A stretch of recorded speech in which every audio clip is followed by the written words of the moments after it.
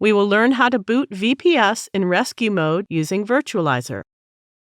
Rescue Mode can be used for data recovery, repairing your OS, and different other purposes. Click the Manage icon of the VPS to which you wish to boot. Click to go to the Rescue Mode option.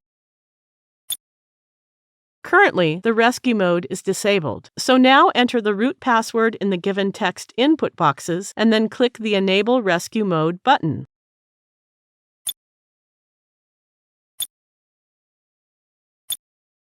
The process has started and it can take some time to finish.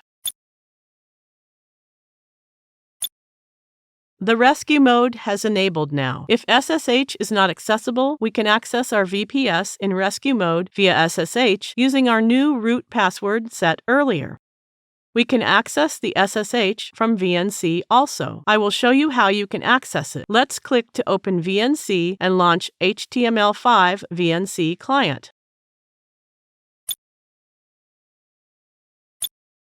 Now we can access our VPS in Rescue Mode from here by entering our username and the new root password.